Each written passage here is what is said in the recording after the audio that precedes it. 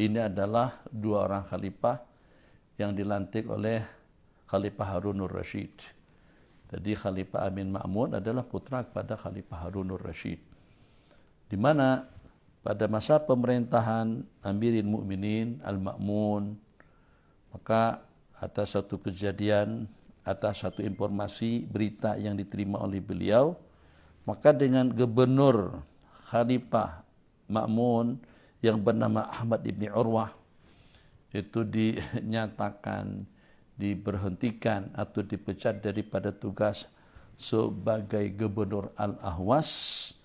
Maka dalam satu pertemuan, jadi setelah pemecatan tadi itu, maka dengan gubernur dihadapkan dengan Tuan Khalifah, dengan Tuanku Amirul Mukminin Al-Ma'mun, qala lahu kharabtal bilad wa qataltal ibad wallahi la'af'alanna bika wa la'af'alanna. Kau rusak negeriku, kau bunuh penduduknya, saya akan perlakukan ke atas diri kamu.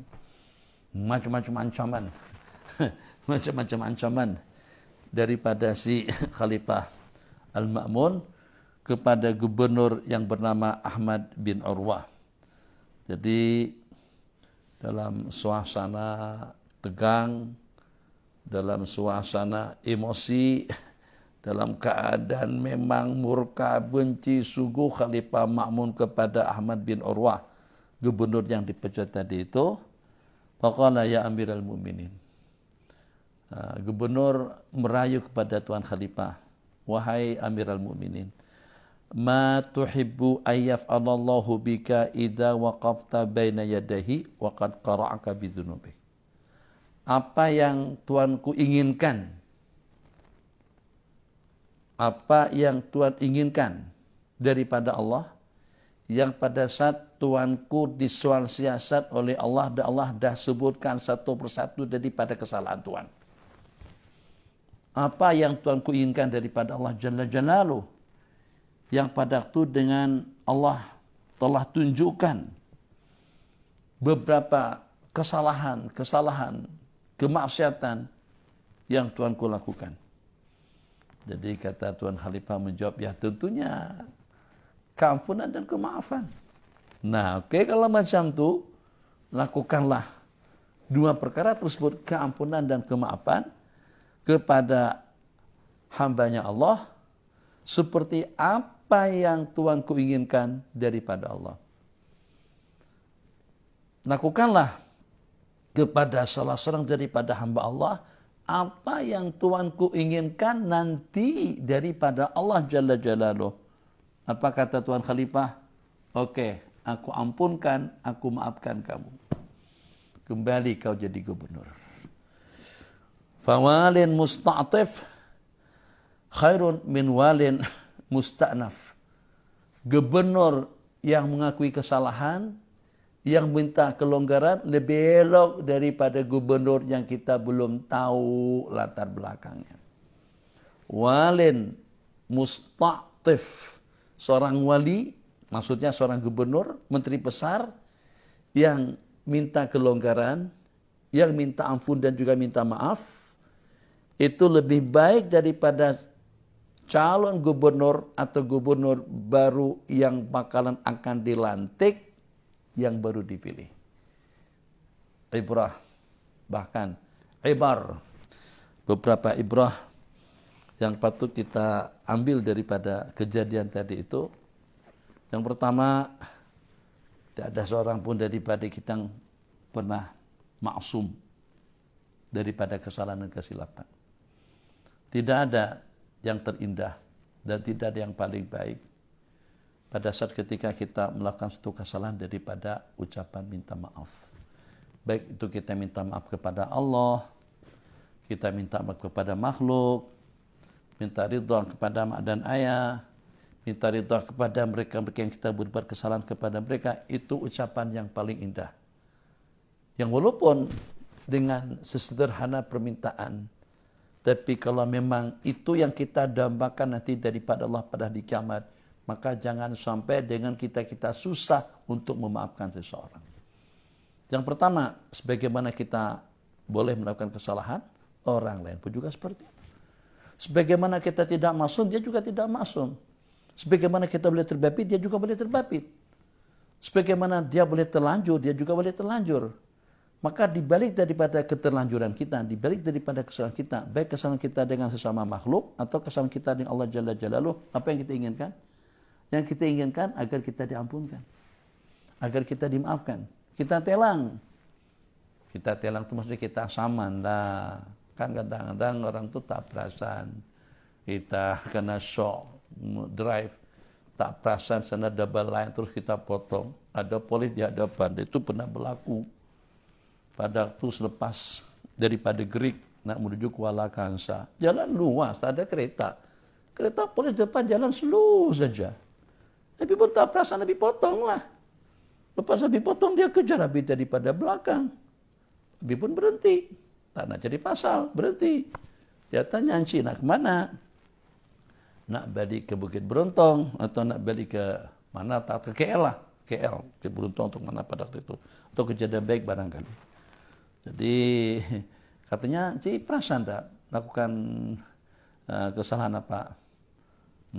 Abi pun tak agak tergamam.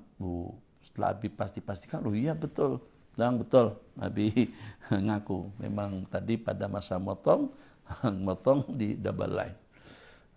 Lain kali karena Abi ngakui kesalahan, akhirnya polis pun juga dah berumur. Dia tengok Abi dah tua, janggut dah kuning begini. Dia pun juga ada dalam 50-an lebih juga. Okeylah lain kali katanya jangan lagi buat macam tu. Khair insyaallah. Makasih polis bagi nasihat, alhamdulillah. Pernah juga pada masa di Jitra, pada masa di dah lama dah. Awal-awal handphone keluar pada tahun 2000-an. Kejadian itu kira-kira tahun 2000-an. Kali pertama Abi guna handphone. Kalau tidak salah namanya Sony Ericsson. Bukan. Alcatel. Ada katilnya, Alcatel. Nanti pada waktu itu, secara aturan kan tak boleh main handphone pada masa kita lagi sedang memandu. Datang polis, dia tanya, "Encik tak boleh." Ya minta maaf. Tak perasan tadi itu. Bukan tak perasan dengan aturan. Tak perasan ada polis di hadapan. Tak perasan polis tengok kita lagi sedang main handphone. Kerana Abi ngaku kesalahan, dia pun bagi nasihat. Dan kali jangan sampai takut kalau bahaya, itu cukup berbahaya main handphone pada waktu kita lagi sedang memandu. Nah begitulah juga dengan kejadian. Jadi kita ambil kesimpulan, kalau pengen mendapatkan keampunan daripada Allah, ampunkan kesalahan orang yang pernah berbuat salah kepada kita. Dia terlanjur, dia terpaksa, dia dalam kondisi seperti apa saja. Kalau pada waktu dia minta ampun, jangan tidak kita ampunkan. Satu. Kedua, bismillahirrahmanirrahim. Kemarin Nabi dah janjian dah kepada kalian untuk menceritakan suatu cerita di mana dengan salah seorang daripada jariyah yang selalu mengkhidmat Sayyidatuna Aisyah radhiyallahu taala anha, di mana si jariyah ini dari masa ke masa selalu menylogankan bait syair wa yaumal wishah min ta'ajibi rabbina ila anna min dhulmatil kufri anjani, dan pada peristiwa selendang daripada keanehan Allah Jalla Jalaluh, sesungguhnya daripada kegelapan kekufuran aku terselamatkan. Daripada kegelapan kekufuran aku selamat. Jadi kata Sayyidatuna Aisyah radhiyallahu taala anha, kamu sering kali ucapkan slogan tuh, atau itu jadi macam seperti jadi slogan kamu. Selalu saja kamu baca syair itu. Wa yaumal wishahi, dan pada peristiwa selendang. Minta ajibi rabbina, daripada perkara-perkara aneh yang berlaku. Ila annahu min dhulmatil kufri anjani, hanya saja daripada kegelapan kekufuran Allah menyelamatkan aku. Dikatakan ada masalah apa saja sehingga kau senantiasa selalu mengucapkan kata-kata itu. Saya merasa itu satu perkara besar. Apa dia perkara yang berlaku? Jadi kata si wanita itu, memang dulu saya pernah bekerja di satu kumpulan kaum, saya menjadi asifah, saya menjadi pekerja di satu tempat. Datang seorang jariyah daripada kumpulan dari itu, daripada satu, katakan saja begini, aku pernah bekerja di Gombak. berlaku satu kejadian di mana dengan seorang wanita atau dengan anak perempuan daripada Gombak, waktu itu Pak Wisahwa Aqabun, yang selendangnya, budak kecil, budak perempuan, yang selendangnya itu diambil sama burung elang. Jadi dia pakai selendang merah, mungkin burung elang tadi itu dia prediksi daripada jauh macam seperti daging ya. Jadi dengan dia pun langsung turun, langsung dia buat terbang. Dia ambil selendang si perempuan tadi itu selendang mahal, cukup berharga. Dia ambil selendang, taklah bersasangan, bukan selendang lah, seput tangan lah lebih kurang. Dia ambil, dia buat terbang. Jadi pada saat ketika itu, maka mereka pun tanyakan mana selendang itu. Saya pun tak tahu cerita, aku tak tahu masalah yang berlaku. Jadi akhirnya mereka tuduh aku. Jadi wanita-wanita kampung itu semua mengatakan, kamulah dia orangnya. Minta maaf, tolong, bukan saya tak tahu ceritanya siapa yang ngambil, saya tidak mengambil selendang itu. Bukan saya yang mengambil seput tangannya, enggak, pasti kamu.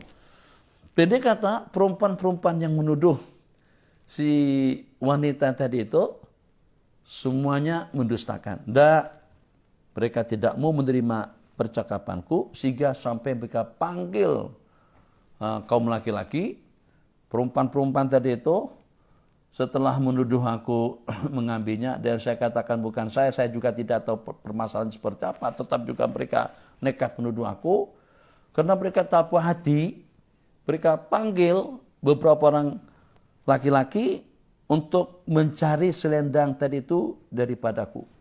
Cari, mungkin dalam beg, mungkin barangkali di rumah, mungkin letak di dapur, mungkin letak di lipatan daripada pakaian. Tak adalah cerita macam tu. Cuman yang jelasnya mereka carilah. Jadi macam mana pada waktu kita mencari. Jadi pandai-pandailah dengan kita menggambarkan atau sedikit melengkapkan cerita ini seperti apa. Mereka cari mungkin pada lipatan pakaian kah? Mereka cari pada lembaran baju yang sedang dipakai kah? Mereka cari di rumah kah? Pendek kata setelah mereka cari sana sini ternyata tidak mereka temukan. Jadi kata salah seorang daripada mereka, tamanathu fi farjiha.